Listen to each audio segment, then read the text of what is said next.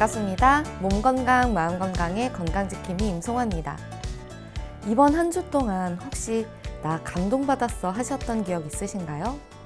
매일 같은 직장에 같은 업무, 만나는 사람도 그분이어서 그런가요? 새삼 감동이란 걸 느끼는 기회가 적을 수밖에 없습니다. 하지만 마음을 조금만 달리 먹으면 얼마든지 일상에서도 감동과 마주할 수 있는데요. 평소와 다른 맛있는 점심 메뉴에 감동, 일을 하다가 우연히 듣게 된 노래의 가사에도 감동, 오랜만에 보는 먼지 없는 파란 겨울하늘과 마주하는 것도 감동이 될 수 있습니다. 맞아요. 생각만 바꾸면 모든 게 감동입니다. 몸 건강, 마음 건강 오늘 순서 시작할게요.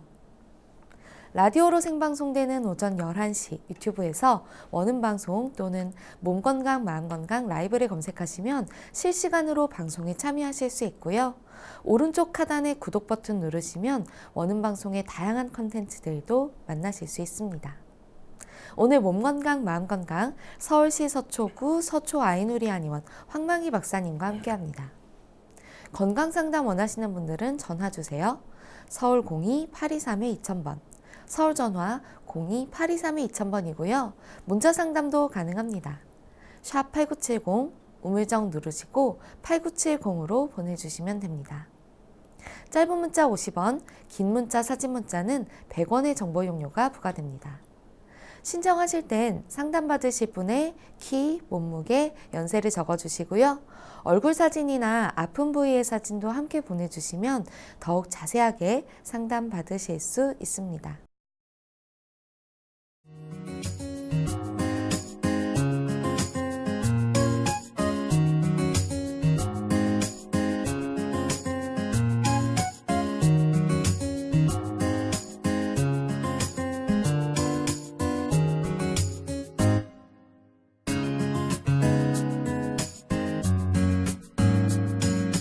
몸 건강, 마음 건강.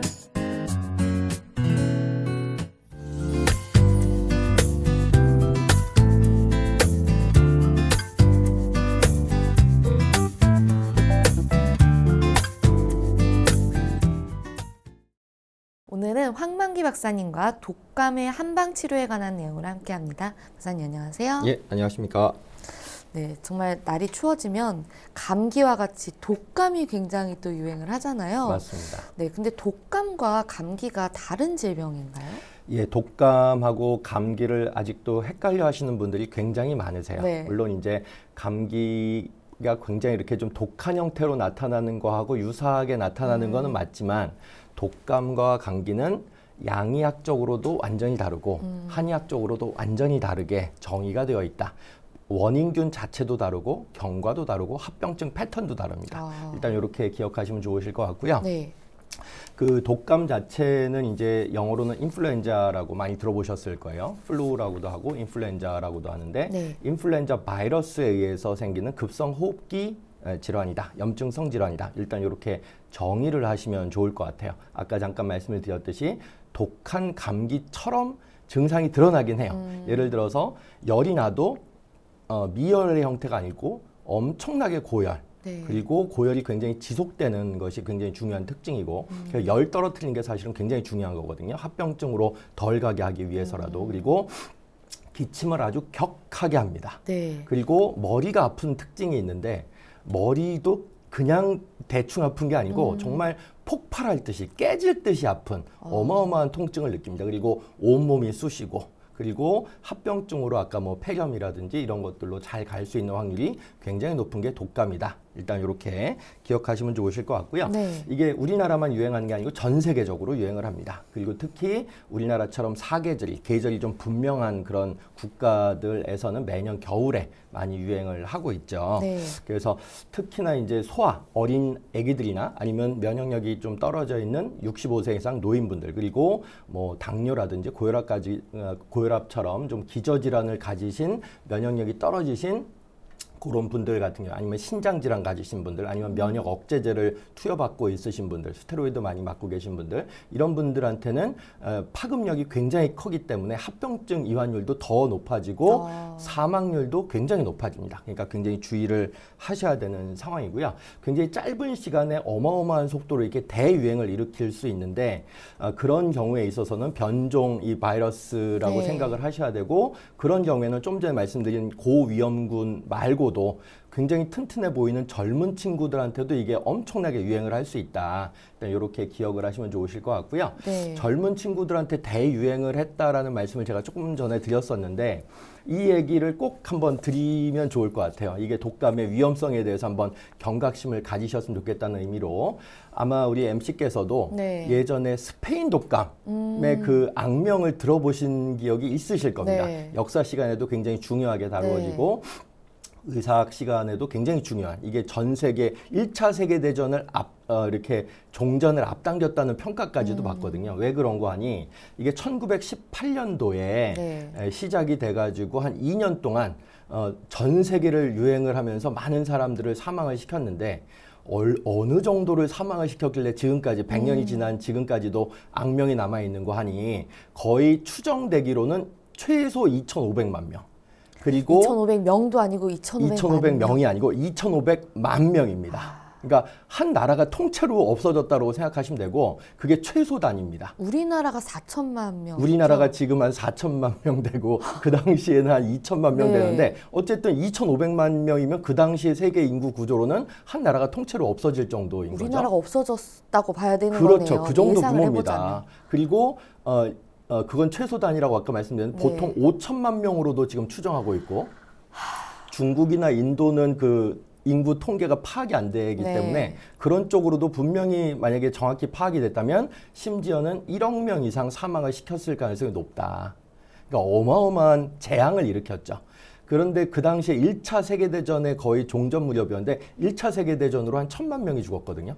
그러니까 1차 세계대전보다 최소한 2.5배에서 5배 이상의 사망자가 났던. 그런데 젊은 사람들이 굉장히 많이 죽었어요. 20대에서 40대. 근데 여러 가지 학자들이 이제 추론을 하고 있는데 징병, 그러니까 군인들 같은 경우에 이렇게 징병을 해가지고 그 당시 1차 세계대전의 대표적인 전쟁상의 특징이 참호전이었거든요. 탱크가 처음 마련돼가지고 참호를 깊이 파가지고 거기에서 막 이렇게 총 쏘고 막 이러는 게 특징이었는데 참호가 완전히 진창입니다. 그러니까 면역력이 떨어진 젊은이들이 각 고국으로 이제 돌아가가지고 전 세계적으로 유행을 했다 이렇게 이제 추론되고는 있는데 이 스페인 독감이라고 하는 게 딴 얘기로 잠깐 흘러보자면 굉장히 스페인 입장에서 억울한 이름이에요. 아, 스페인이 이렇게 만든 것 같은 느낌을 그렇죠. 주잖아요. 스페인에서 왠지 발원했을 것 같지 않습니까? 근데 지금 역학조사를 해보면 미국에서 발원했어요. 그래서 사실은 미국 독감이라고 해야 되는 게 맞죠. 그러니까 미국 시카고 지역이나 캔사스 지역에서 발병을 했다라고 지금은 거의 학자들의 95% 이상이 추론하고 있는데 왜 스페인 독감이 됐는고 하니 그 당시에 스페인은 전쟁에 참전을 안 했어요. 그러니까 전쟁에 참전했던 국가들에서도 그러니까 스페인 독감, 미국 독감으로 어쨌든 사람들이 막 죽어나가고 있는데 전쟁이 더 중요하다 보니까 전쟁 얘기만 많이 대서특필이 되는 거죠, 신문에. 그런데 스페인은 참전을 안 했는데 마침 스페인 국왕 알폰소 8세가 독감에 걸린 거예요. 그래서 이제 우리 국왕님 큰일 났다 그러면서 스페인 언론에서 막 이렇게 흥분해가지고 독감에 대해서 막 이렇게 경고성 메시지를 보내는데 그래서 스페인에서 뭔가 유행하나 보다. 그래서 미국에서 발원하기 시작한 독감이 스페인 독감으로 오해되게 된 거죠.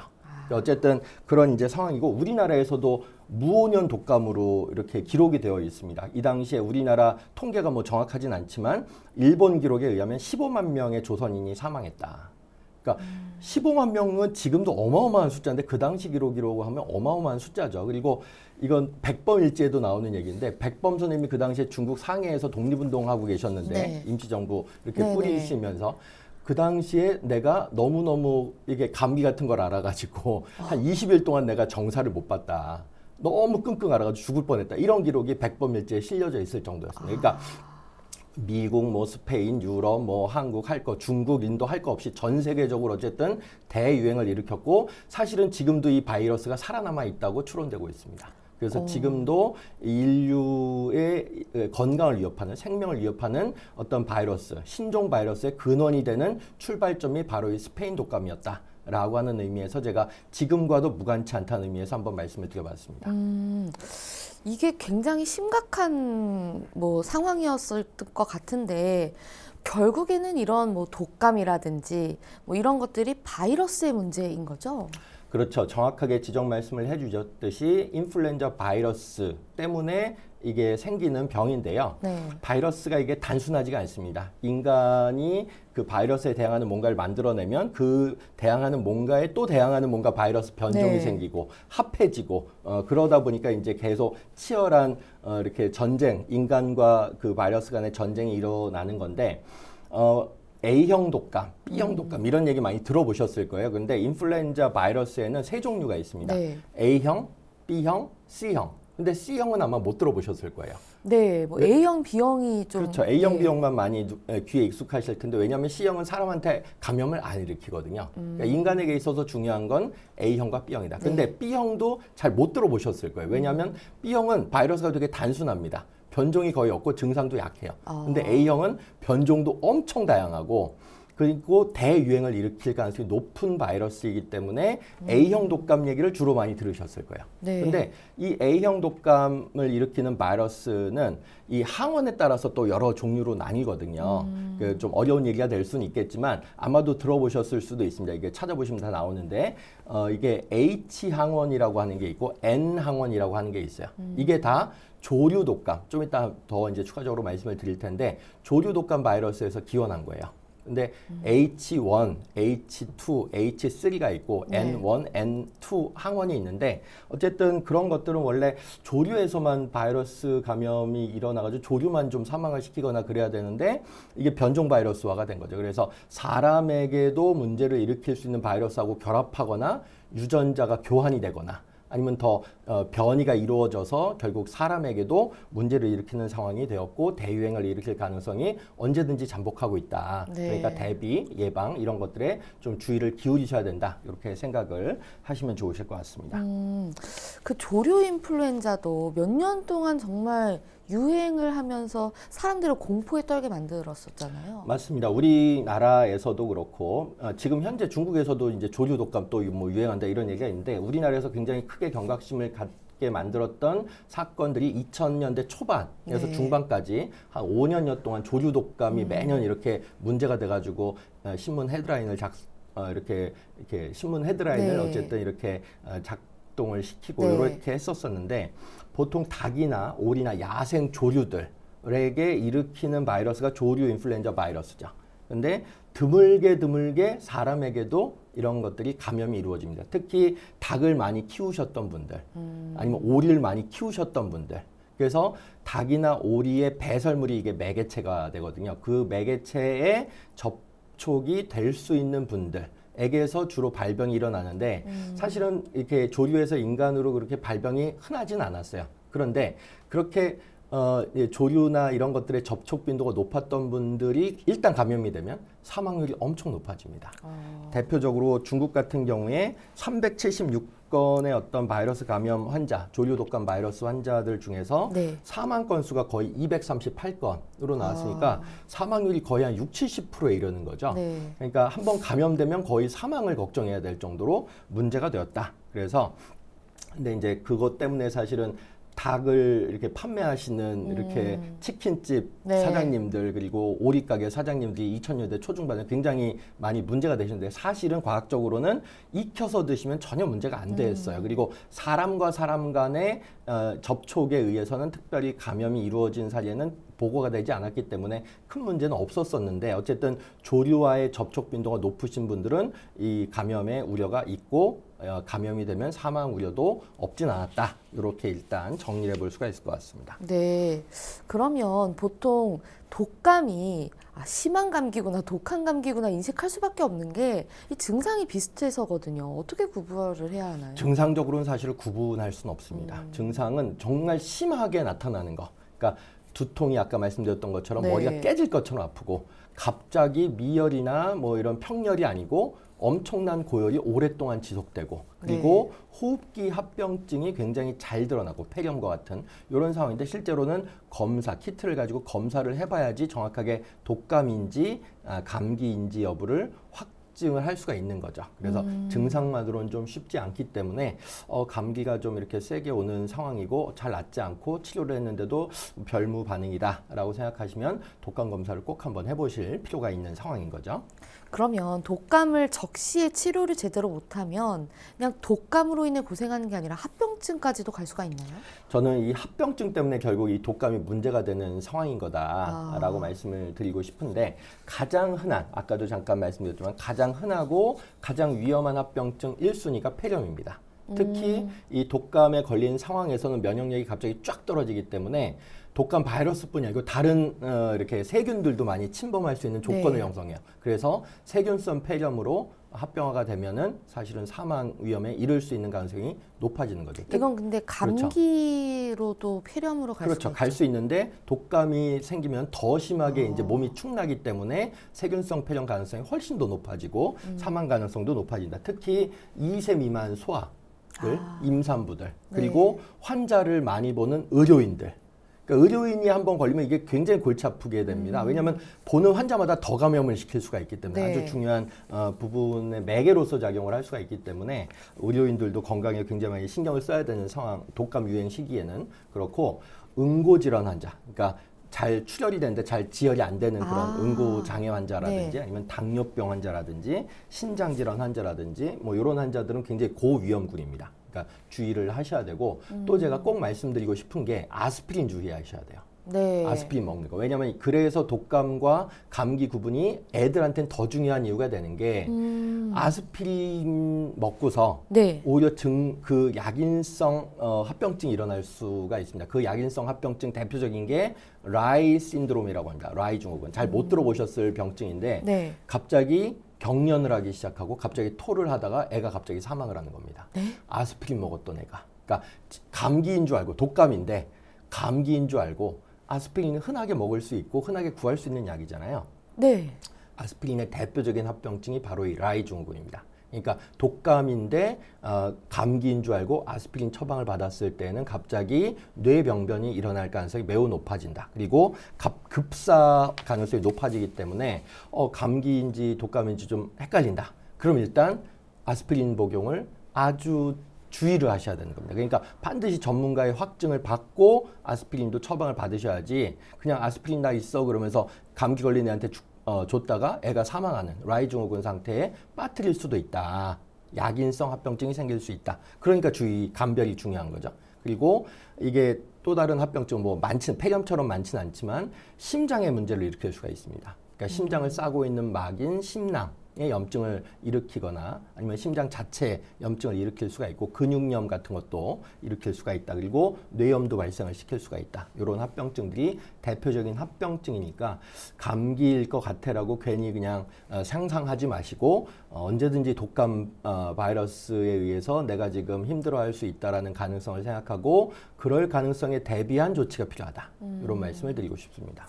또 요즘에 또 특히 독감이 유행이라고 하더라고요. 뭐 A형 독감. A형 독감이 제일 많이 문제가 되고 또 유행도 많이 하죠. 예. 그래서 정말 스스로 앓고 계신 뭐 성인분들도 그렇고 또 아이가 독감에 걸렸다 하시는 분들 굉장히 걱정이 많으시거든요. 독감에 대해서 좀 이제 한방 치료 같은 것들도 굉장히 뭐 효과적인지 이런 것들에 대한 설명이 좀 부탁드립니다. 예, 일단 먼저 말씀을 드리고 싶은 기본 상식적인 재밌는 얘기 하나를 이렇게 공유를 해보고자 하는데요. 그 타미플루, 그러니까 한약에서 기원했다는 사실 혹시 아십니까? 한약재 중에 팔각회향이라고 하는 한약이 있어요. 거기에서 그 유전자 정보를 활용해서 스위스의 로슈라고 하는 제약사가 이제 타미플루를 개발해서 대박을 터뜨린 블록버스터 약이 됐는데 마치 그냥 양약인 것처럼 느껴지잖아요. 양약이라고 알고 있어요. 한약 기원, 천연물 기원, 이제 신약인 거죠. 그래서 지금 스위스 로슈하고 중국 정부하고 지금 분쟁 중에 있습니다. 아. 우리 거 이렇게 쓰고 있는 건데 한약에서 기원한 건데 우리한테 로열티 못 준다 하더라도 기재라도 해라. 여기서 기원했다. 네. 팔각회양에서 기원했다고. 이게 중국 자생식물이거든요. 어쨌든 타미플루 자체가 한약이다라고 일단 생각하시면 좋으실 것 같고 그것 말고도 팔각해양 말고도 오랜 수천 년 전부터 당연히 독감 바이러스하고 인간은 계속적으로 접촉을 해왔을 거기 때문에 네. 이렇게 대유행까지는 아니더라도 소유행을 중국 같은 경우는 굉장히 많이 수천 년 동안 겪어왔겠죠. 그래서 거기에 대응하는 처방들도 굉장히 많이 미리 마련이 되어 있었었는데 네. 최근에 한약 처방 자체가 이 독감 바이러스를 이겨내는데 면역 체계를 단단하게 하고 고열을 빨리 떨어뜨리고 그 다음에 부작용도 거의 없다라고 하는 게 그 세계 유수의 국제 학술지에 많이 게재가 됨으로써 학문적으로도 굉장히 많이 인정을 받고 있는 그런 상황이고 네. 그런 이제 과학적인 한약 치료 독감에 대한 한약 치료 이야기를 좀 말씀을 드려보려고 하는 것인데 우선 일본 같은 경우에는 일본은 양방 의사 선생님이 한약과 양약을 같이 쓰잖아요. 네. 그래서 일본 같은 경우에는 요 한약에 대한 과학적 연구가 굉장히 많이 되어 있어요. 대표적으로 우리 흔히 보약이라고 많이 알고 있는 보중익기탕이라고 하는 처방, 아주 유명한 처방이 있는데 이 보중익기탕이 인플루엔자에 걸린 환자들 발생률 자체를 낮춘다. 면역 체계를 튼튼하게 해줌으로써 라고 하는 논문이 BMJ라고 브리티시 메디컬 저널이라고 아주 탑 저널입니다. 네. 거기에 2009년도에 이미 논문으로 실려 있고 네, 두 번째는 은교산이라고 하는 처방이 있어요. 은교산이라고 하는 그러니까 한의학에서는 감기를 감모라고 표현했고 독감을 온병 따뜻할 온자를 써 이게 열이 나는 굉장히 중요한 특징이 있어서 고열 나는 특징이 있어서 굉장히 몸이 엄청나게 뜨거워진다 그래서 온병이라고 이름을 붙여놨었는데 네. 이 온병에 늘 많이 사용을 했던 이 은교산 자체가 굉장히 재발률도 낮추고 합병증 이환율도 낮추고 면역 체계도 튼튼하게 해준다라고 일본 의사 양방 의사 선생님들이 이렇게 제 59회 일본 동양의학회 학술 총회에서 발표한 바도 있습니다. 2008년도에. 네. 그래서 일본 의사 스님들로 구성된 일본 의학회 산하의 동양의학회에서는 독감이 걸리면 한약 치료 또는 한방과 양약을 병행 치료하는 것들을 강력히 추천해주고 있는 것이 일본에서의 매뉴얼입니다. 그게 이제 일본과 관련된 사항을 말씀드렸고 이웃나라 또 중국에 대해서 말씀을 드려보자면 중국에서는 이 비교 실험을 했어요. 물론 이제 한약에서 기원한 팔각해양에서 기원한 이렇게 그 약품. 시킴산을 이렇게 네. 잘 활용해가지고 만든 게 타미플루거든요. 네. 근데 그 시키믹 엑시드로 구성된 타미플루하고 그 다음에 마왕탕이라고 하는 아주 또 유명한 처방이 있습니다. 이 마왕탕하고 그 다음에 그냥 놔뒀을 때 하고 그 다음에 병용 투약했을 때 하고 누가 더 빨리 고열을 낮출까를 비교 실험을 과학적으로 진행을 했었었는데 네.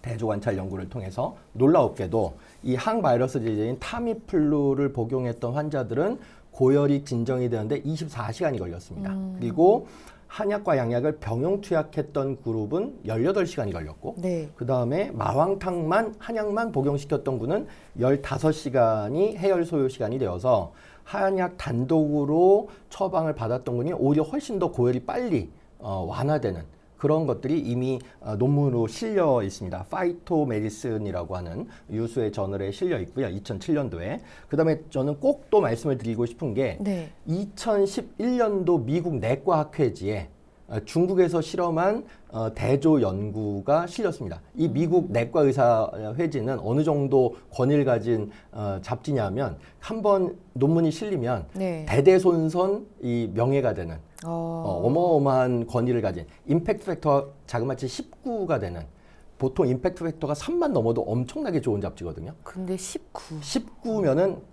평생 정말 훈장이 되는 그런 정도의 탑 오브 탑 레벨의 잡지입니다. 거기에 마행감석탕이라고 하는 처방과 네. 좀 전에 말씀드렸던 은교산이라고 하는 한약 처방을 합방을 했었을 때 위약군, 그러니까 플라시보 효과만 주는 위약군에 비해서 얼마나 이렇게 유용하게 이렇게 반응을 해내는가를 검증한 논문이 실렸는데요. 일단 고열 지속 시간이 그 위약군에 비해서 37%가 완화되었다.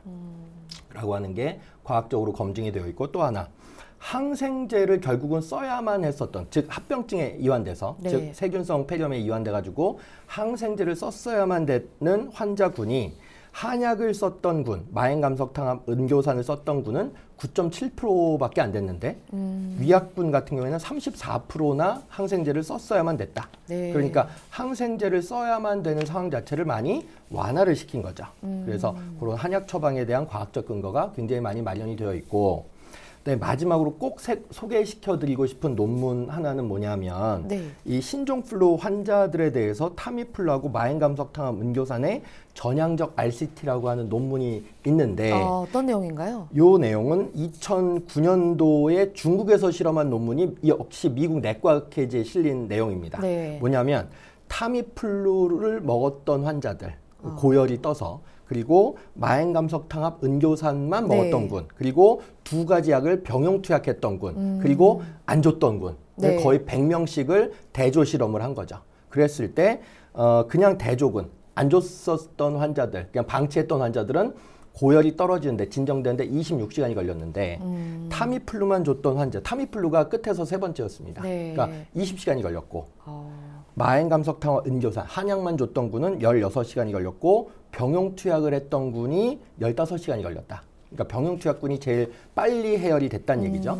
그래서 아까 이제 그런 일본에서의 실험, 중국에서의 실험, 그리고 미국에 실린 논문을 근거해서 말씀을 종합해 보자면, 독감이 걸렸을 때에는 타미플루하고 마행감석탕합 은교산이라는 처방 또는 마항탕이라는 처방을 같이 병행 투약을 하시거나, 아니면 오히려 한약만 먹이시는 것이 더 빨리 부작용 없이 면역 체계를 튼튼히 하면서 독감을 이겨낼 수 있는 과학적 근거가 된다. 이렇게 정리를 해볼 수가 있을 것 같습니다.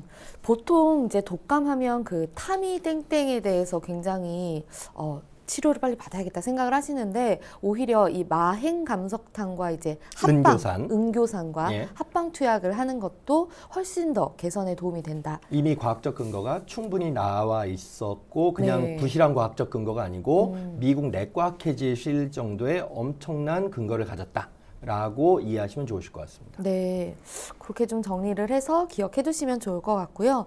독감은 정말 걸리지 않는 게 최선의 어떻게 보면 치료일 수 있잖아요. 독감을 좀 예방할 수 있는 생활 습관에 대해서 정리를 마지막으로 해주시면 좋을 것 같습니다. 예, 일단 독감 고위험군, 아까도 말씀드렸지만 그런 이제 어린이라든지 임산부라든지 그리고 면역 저하 환자들, 그리고 만성 질환자들, 기저질환 가지신 분들 같은 경우에는 반드시 10월에서 12월 달 되기 전에 꼭 예방 접종 하시는 걸 먼저 추천드립니다. 네. 백신을 맞으시라. 두 번째는 개인 위생 수칙을 잘 지키셔야 된다. 그러니까 자주 손을 씻고, 손 가지고 대부분 눈이나 코나 입을 많이 만지시거든요. 애들도 그렇고 그런 것들을 만지는 걸 제한을 해야 된다. 손을 네. 자주 씻는 것도 중요하고 물을 많이 먹는 것도 중요하다. 그리고 기침 예절을 지켜야 됩니다. 그러니까 본인이 감염자라면, 감염이 네. 걸릴 상황이라고 의심되는 상황이라면 가급적이면 외부 활동을 자제해야 되고, 그다음에 어쩔 수 없이 공공장소에 나갔다 하더라도 기침이나 재채기 같은 걸 했었을 때 반드시 가리고 해야 되는 기침 수칙을 지켜야 되고, 가급적이면 마스크를 쓰셔야 되고, 네. 그리고 든든하게 많이 드셔야 되고. 많이 그런- 먹는 게 좋은가요? 많이 먹는 것. 왜냐하면 소화기에 부담을 안 줄 정도로 든든하게 고영양 물질을 먹어야 면역 체계가 최대한 많이 힘을 내 가지고 그것들을 이겨낼 수 있는 상황이 되기 때문에 든든하게 좀 드실 필요가 있다. 그런 말씀을 예방 수칙으로서 말씀을 드릴 수가 있을 것 같습니다. 네. 오늘은 독감의 한방 치료에 대해서 알아봤는데요. 그러면 이 한방 치료와 병행을 했거나 혹은 한방 치료로 독감을 치료했던 치료 사례 있으면 한 가지 좀 소개 더 부탁드립니다. 저는 뭐 아기들 늘 독감이 걸리면 일단 바깥 출입을 어머님들이 자제를 해야 된다라고 네. 스스로 생각들을 많이 하시니까 독감 환자가 어떤 딱 왔었을 때 그런 상황들보다는 독감인지 감기인지 좀 애매할 것 같고, 독감 걸린 애들이 있을 걸로 보여지는 어린이집이나 유치원에 보내야 되는 어머님들의 어려움. 내가 애를 그냥 집에만 데리고 있고 싶은데 내가 직장 가야 되니까 네. 어린이집이나 유치원에 가야 되는데 한 명 걸리면 싹 다 전파가 되니까 네. 안 보낼 수도 있고 어떻게 해야 되냐. 그래서 일단 호흡기 면역력을 단단하게 만들어줄 수 있는 한약의 개념은 정기존내 사불가간이라고 하는 개념이 있거든요. 그러니까 정기가 존내 안쪽에 든든하게 존재하고 있으면 사불가간, 사땡 기운이 침범할 수 없다. 그러니까 전기 자체를 단단하게 해주는. 아까 제가 과학적인 한약과 관련되어서 말씀을 드린 대표적인 처방들인 마황탕이라든지 마행감석탕 합은교산이라든지 보중이끼탕이라든지 이런 것들이 다 전기를 내적으로 충분히 존재를 더 강화시키는 약재들이거든요. 그러니까 바이러스 자체를 공격하는 게 아니고 바이러스가 들어왔다 하더라도 변종 바이러스가 들어왔다 하더라도 신종 플루가 유행한다 하더라도 내 몸의 면역계가 사실은 제일 좋은 의사 아니겠습니까? 네. 그런 것들을 충분히 방어해낼 수 있을 가능성을 높이는 그런 한약 처방을 가까운 한의원에서 충분히 좀 받으신다면 저뿐이 아니고 굉장히 일상적으로 치료하고 있는데 많이 안 알려져 있어서 꼭 좀 말씀을 드리려고 나왔습니다. 그럼 이건 좀 예방 차원도 있는 거 그렇죠. 거죠? 예방 차원도 있고 아까 말씀드렸던 고열 자체를 굉장히 통계적으로 유의미한 수준으로 빨리 좋아지게 만든다라고 하는 게 논문으로도 실려 있다라고 말씀을 드리고 싶고요. 가까운 한의원에서 그런 은교산, 마황탕, 뭐 보중이끼탕 같은 것들을 미리미리 아니면 걸렸더라도 충분히 좀 처방을 받으시면 어떨까 이렇게 생각을 합니다. 네, 오늘은 독감의 한방 치료에 대해 알아보는 시간이었습니다. 박사님 오늘도 좋은 말씀 감사합니다. 감사합니다. 미니 강의 오늘은 황만기 박사님께서 독감의 한방 치료에 대해 자세히 강의해 주셨습니다. 미니 강의 함께 하시면서 궁금한 점 있거나 오늘 강의 주제와 연관없더라도 평소에 건강 상담 받고 싶었던 분들 전화 주세요. 본인 증상은 물론 가족이나 지인의 증상도 상담 가능합니다. 서울 전화 02-8232-2000번으로 전화 주시면 되는데요.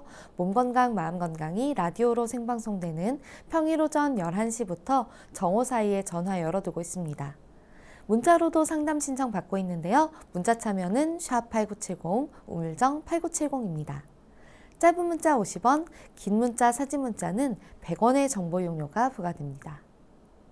건강한 행복을 만나는 시간, 여러분은 지금 WBS 원음방송 건강상담 프로그램 몸건강 마음건강 함께하고 계십니다.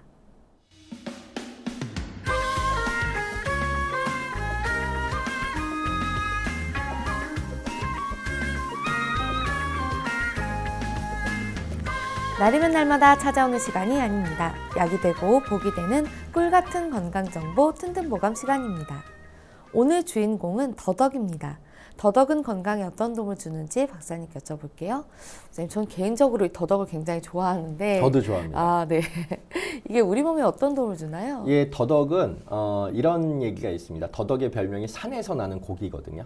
그러니까 고기를 먹으면 사람이 원기가 튼튼해진다는 느낌 받지 않습니까? 네. 실제적으로 더덕을 먹게 되면 굉장히 쫄깃쫄깃한 식감도 있을 뿐만 아니고 네. 그리고 섬유질도 굉장히 많을 뿐만 아니고 이 원기 회복에 도움이 된다. 일단 이렇게 기억을 하시면 좋으실 것 같고요. 네.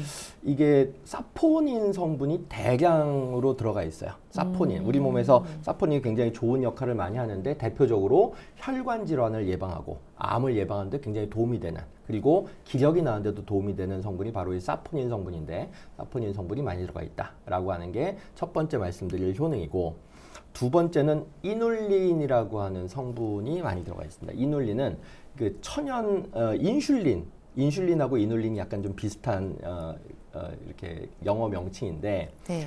이눌린 성분이 많이 들어가 있어서 천연 인슐린의 역할을 하기 때문에 혈당 자체를 낮추는 역할을 합니다. 그러니까 당뇨병을 치료하는 데에도 더덕이 상당히 도움이 된다. 일단 이렇게 두 가지를 먼저 말씀을 드려보겠습니다. 네. 보통 모든 식재료들이 제철이라는 게 있잖아요. 근데 더덕은 겨울에 먹으면 특히 좋다면서요? 더덕은 겨울철의 대표적인 제철 음식이죠.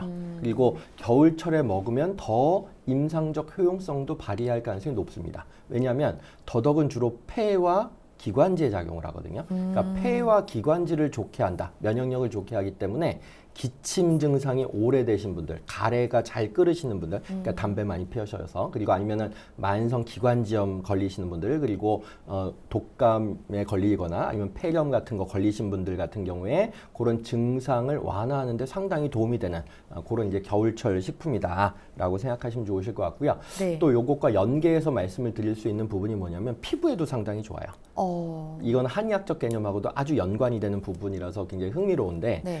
한의학에서는 폐주 피모라고 했거든요. 그러니까 폐에 좋은 것은 피부에도 좋다. 그래서 아까 제가 폐에 굉장히 좋다라고 기관지에 좋다라고 말씀을 드렸었는데 실제적으로 이 성분 분석을 해보면 이 더덕을 많이 먹게 되면은 피부가 굉장히 윤택도가 높아집니다. 그래서 좀 거칠한 피부를 가지신 분들, 피부가 가려우신 분들 같은 경우에는 더덕을 좀 많이 챙겨서 드시면 훨씬 더 도움이 되겠다라고 말씀을 드릴 수가 있을 것 같고요. 네. 근데 다 좋기만 한 건 아니고 더덕에 약간의 단점, 약점이 있습니다. 그게 뭐냐면 더덕이 약간 찬 성질이 있어요. 냉성 성질이 있어서 소화기가 원래 좀 약하신 분들, 네. 그러니까 소음인 분들이거나 아니면 몸이 좀 차신 분들 같은 경우에 너무 과량으로 드시면 좀 이렇게 소화장애 같은 걸 야기할 수 있으니까 너무 많이는 드시지 마시라. 그런 분들은 그렇게 정리를 해볼 수가 있을 것 같습니다. 네, 알겠습니다. 요즘 또 제철이라고 하니까요. 뭐 더덕 뭐 구이라든지 이런 거 한번 드셔보면 맞습니다. 좋을 것 같네요. 박사님 좋은 정보 감사합니다. 감사합니다. 튼튼보감 오늘은 더덕에 대해 전해드렸습니다.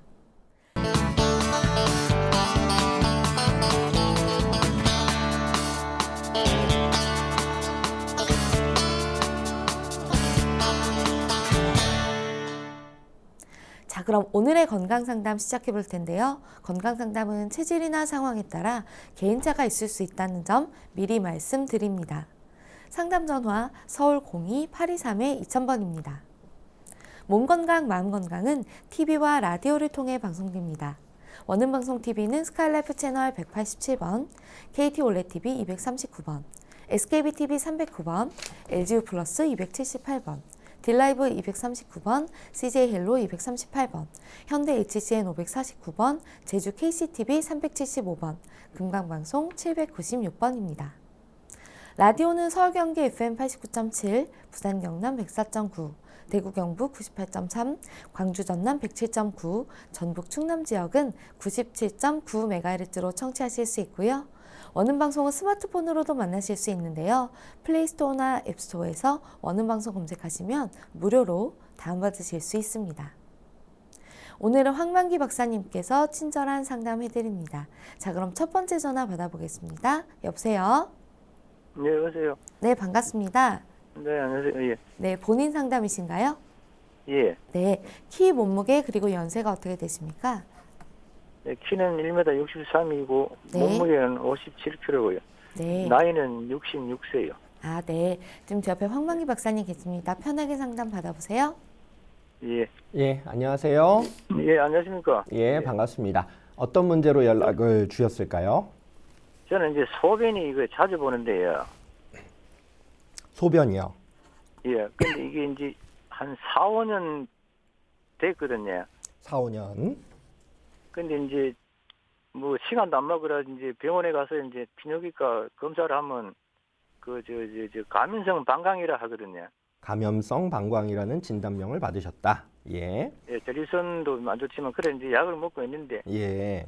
이게 전에 이제 몇 년 전에는 소변이 마려우면 그렇게 아팠어요. 예, 소변 보실 때, 아니 이제 소변을 참으면은 참으면, 그래 하다가 이제 좀 세월이 흘러가지고 약을 먹고 이래야지 이제 지금은 이 봄, 여름, 가을은 그런 대로 견디는데 겨울만 되면요.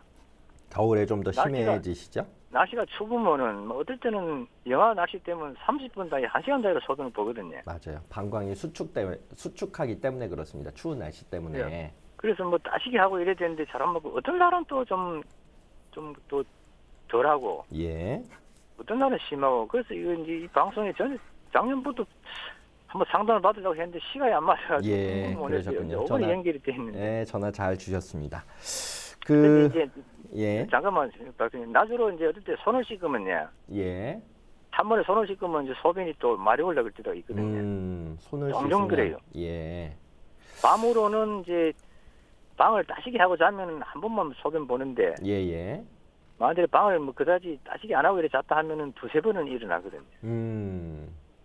예, 그렇습니다. 이 상태가. 그래요. 굉장히 많이 불편하실 것 같아요.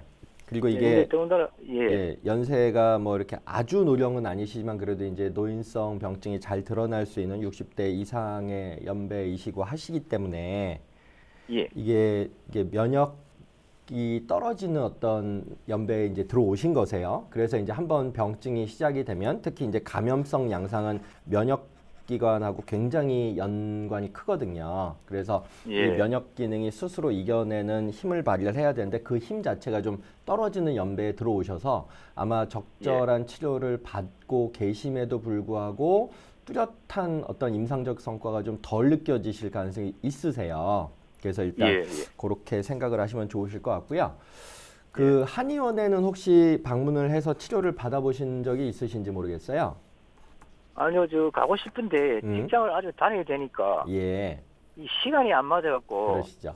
요새 한의원 저도 많이- 보면 이렇게 예. 야간 진료를 늦게까지 하시는 한의원들도 아마 주위에 있으실 거고요. 그 다음에 예, 뭐 예. 토요일이나 예. 일요일 같은 주말 진료 하시는 데도 찾아보시면 있으실 거니까 그런 데를 일단 예. 좀 하나 정하셔가지고 저는 두 예. 가지 관점에서 좀 치료 방향을 한의사 선생님이 아마 말씀 주시겠지만 정하게 될 것 같아요. 이런 상황이라면 예. 일단은 배꼽 이하를 한의학에서는 이제 방광을 포함해서 신장을 포함해서 그 다음에 전립선도 아까 안 좋으시다고 했는데 이런 이제 예. 기관들을 다 아래 하자를 써가지고 하초라고 표현을 합니다. 특히 예. 노인, 그러니까 연세가 좀 어느 정도 있으신 60대 이상의 분들은 이 하초를 따뜻하게 만들어주는 게 굉장히 중요한 관건이에요. 예. 그래서 아마도 제 생각에는 상열 하안의 어떤 병증 소견으로 한의학적으로는 진단될 가능성이 높은데 뭐냐면 열이 아래쪽에 있어야 되는데 상열 위로만 열이 뜨고 하안 아래쪽으로는 찬 어떤 상황이 대표적인 면역이 떨어졌을 때 그리고 연세가 있으신 분들의 병리적 상황입니다. 그거를 보통 예. 한의학에서는 상열 하안증이라고 표현을 해놨거든요. 근데 예. 이런 이제 방광 자극 증상이 잘 드러나시는 거, 예를 들어서 빈뇨의 형태로 잘 드러나시는 것도 대표적인, 특히 겨울철에는 이 상열하안증이 더 심해져요. 아까 임상적으로 봄, 여름, 가을에는 그나마 견디겠는데 겨울이 되니까 예. 아우 너무 심하다 이런 말씀 주셨는데 아주 전형적인 양상이십니다. 그렇기 때문에 예. 특히 겨울철에는 배꼽 아랫부분인 하초를 따뜻하게 만들어주는데 집중해야지 훨씬 더 임상적 효과가 잘 발휘된다. 일단 이런 개념을 생각을 하시고요. 두 번째, 예. 그럼 어떻게 따뜻하게 만들 것인가? 두 가지 방향이 있습니다. 첫 번째는 뜸 치료를 하시는 겁니다.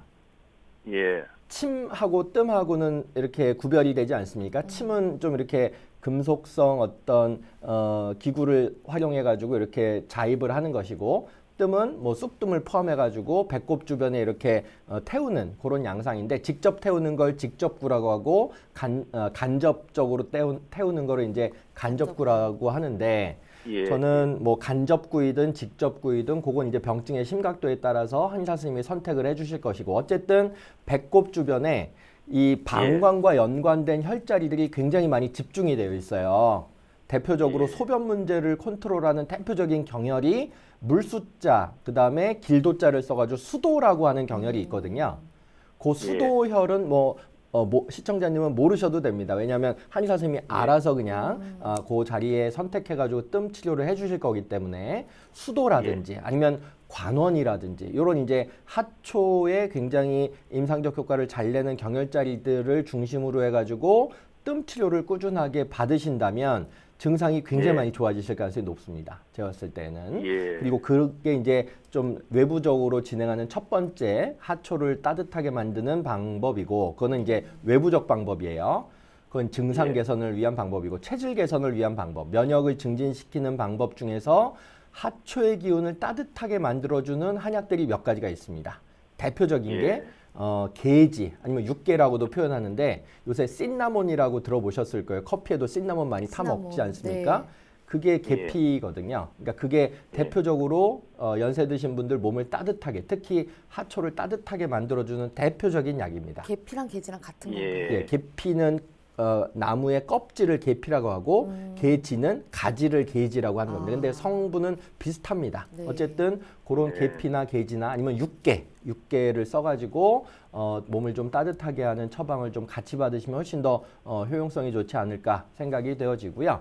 그 다음에 예. 이 팔미지황환이라고 하는 아주 대표적인 연세 드신 분들 면역력을 특히 겨울철에 면역력을 좀 강화하고 사실은 소변 빈상 문제뿐이 아니고 전립선 약화의 문제 그리고 전립선 비대의 문제 그리고 정력 약화의 문제 이런 것들에 두루두루 적용이 되는 대표적인 면역 증강 처방이 팔미지황환이라는 처방이거든요. 근데 여기에다가 뭐 몇 가지 이제 해당되는 오수유라든지 이런 것들을 좀 가미하셔서 처방을 좀 받으신다면 굉장히 임상적 효과가 이 뜸과 함께 치료를 받으신다면 높아질 가능성이 높다. 그래서 예. 가까운 한의원 하나 정하셔가지고 꾸준히 치료를 받으시면 더 연세가 사실은 좀 드실수록 이게 치료의 난항이 이상이 되거든요. 그러니까 지금부터라도 적극적인 한의학 치료를 좀 받으시는 게 어떨까 이렇게 정리를 해볼 수가 있을 것 같습니다. 예, 감사합니다. 제가 이제 박사님 상체는 온도가 그런데 하체가 좀 온도가 좀 약해요. 예, 많이 타거든요. 그러시군요. 예, 맞습니다. 예. 그러니까 손발이 이런 분들이 보통 찬 경우가 굉장히 많으세요. 특히 발 같은 경우 차신 경우가 많은데 남자분들보다는 사실은 여성분들이 이런 패턴이 굉장히 더 많이 드러나긴 합니다. 예. 아유, 네. 박사님 감사합니다. 네, 감사합니다. 전화 주셔서 예, 감사합니다. 고맙습니다. 예.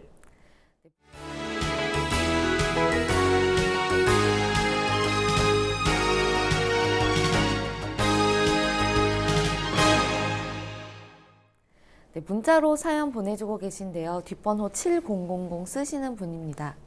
57세, 키 175cm, 56kg의 남자분이시네요. 소화 흡수에 문제가 있는 것 같습니다. 식욕 촉진제를 쓰고 계시대요. 예. 네, 그리고 무기력증, 불안증으로 고생하고 진단을 받아보니 소음인이고 예민한 성격. 40대 초반부터 기운이 빠지고 체중이 감소를 했었습니다. 이렇게 질문 주셨어요. 전체적으로 뭔가 좀 몸의 건강이 좀 이렇게 균형이 깨진 것 같다는 느낌 받으시나 봐요. 예, 이런 분들을 흔히 이제 한의학적으로 표현을 하자면, 네. 그러니까 건강한 것도 아니고 질병인 것도 아니고, 그 조금만 자칫 건강 관리 잘 못하면 질병화 될 수 있는 미병, 안일 미자를 써가지고 아직은 병이 아니지만 곧 병증화 될 수 있는 그럴 수도 있다. 그런 이제 회색지대, 건강의 회색지대에 있다라고 표현이 되는 대표적인 상황이 돼요.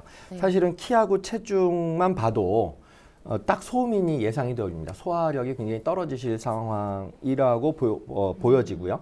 식욕 촉진제를 지금 복용을 하신다고 말씀을 주셨는데 네. 얼마나 식욕이 없으셨으면 그리고 소화 흡수가 안 되셨으면 이런 것들을 처방을 받으셨을까 좀 안타까운 마음이 많이 드는데요. 많이 좀 마르셨어요. 그러니까요. 굉장히 키에 비해서는 저체중 상황이시죠. 특히 남자분이신데. 네. 그래서 연세 드신 분들은 뭐 예전에도 제가 말씀드린 바 있는지 모르겠지만 근감소증이 굉장히 잘 일어나거든요. 그러니까 뼈에도 이렇게 주요 성분들이 많이 빠지지만 골다공증도 있지만 생명하고 오히려 더 관련이 높은 부분은 근육이 빠지는 거예요. 그래서 아마 근육 소실도 많이 있으실 가능성이 높은데 뭐 시간 관계상 제가 조금 더 충분히 설명은 못 드릴 수 있겠지만 네. 저는 우선 진피라고 하는 귤 껍질을 가지고 차 형태로 한방차 형태로 좀 많이 드셔보시면 어떨까. 왜냐하면 진피가 두 가지 작용을 합니다. 아까 이분 불안증, 무기력증 있다고 말씀하셨는데 울체된 기운을 풀어줘요. 그러니까 불안이나 우울감이 있었을 때 진피를 실제로 많이 쓰거든요. 그래서 진피는 이런 이제 정신 건강을 좀 좋아지게 만드는 역할도 하고 두 번째는 식욕을 굉장히 촉진합니다. 진피차가요? 진피 자체가 식욕을 굉장히 촉진을 하기 때문에 저는 이런 이제 식욕 촉진 호르몬을 굉장히 이렇게 많이 분비를 시키는 역할하는 게 진피이다라고 생각을 하시고 네. 이분 같은 경우 일단 진피차부터 좀 시작해 보시면 어떨까. 그리고 가까운 한의원 가셔가지고 진피가 들어있는 또 이런 분들한테 소음인분들 체질 개선하는데 제일 많이 쓰는 약이 육군자탕이라고 하는 처방입니다. 그래서 육군자탕이 진피가 들어있는 아주 대표적인 식욕 촉진 그리고 불안증도 완화시키고 그리고 밤에 숙면도 좀 유도하는 그리고 기력도 좀 많이 보태줄 수 있는 좋은 처방이니까 그런 육군자탕 아니면 한방차 형태로 진피차 이렇게 좀 꾸준하게 좀 복용을 해보시면 어떨까 이렇게 정리해 볼 수가 있을 것 같습니다. 네, 박사님 말씀 참고하셔서 건강에 도움되시기를 바라겠습니다.